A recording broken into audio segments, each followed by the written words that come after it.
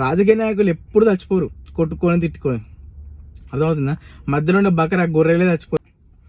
Hi అందరికి, ఒకటి బాగా గుర్తుంచుకోండి.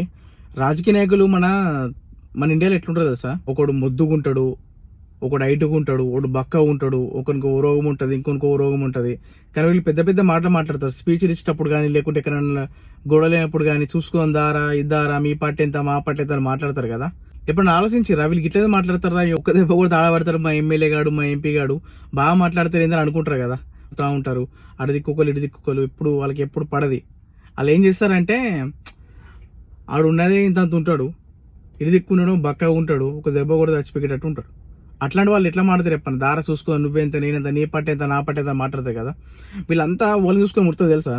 ఈ కార్యకర్తలు వాళ్ళ కింద బకరాలు ఉంటారు చూసినావా, వాళ్ళని చూసుకొని ముడుతారు. అక్కడ వాడ ఎమ్మెల్యేది ఏం కావద్దు, ఇక్కడ ఈ ఎమ్మెల్యేది ఏం కావద్దు. మధ్యలో ఉన్న కార్యకర్తలు కొట్టుకొని చావాలి తప్ప. కానీ వీళ్ళు అక్కడ దిక్కున్న ఆడ దిక్కే ఉంటాడు, ఇటు దిక్కున్న ఇటు దిక్కే ఉంటాడు. ఇది అర్థం కాని గొర్రెలేమో మన కింద పడి చస్తా ఉంటారు. రాజకీయ నాయకులు ఎప్పుడు చచ్చిపోరు, కొట్టుకొని తిట్టుకొని. అర్థమవుతుందా? మధ్యలో ఉన్న బకరా గొర్రెలే చచ్చిపోతాయి కార్యకర్తలు అనే పేరుతోని.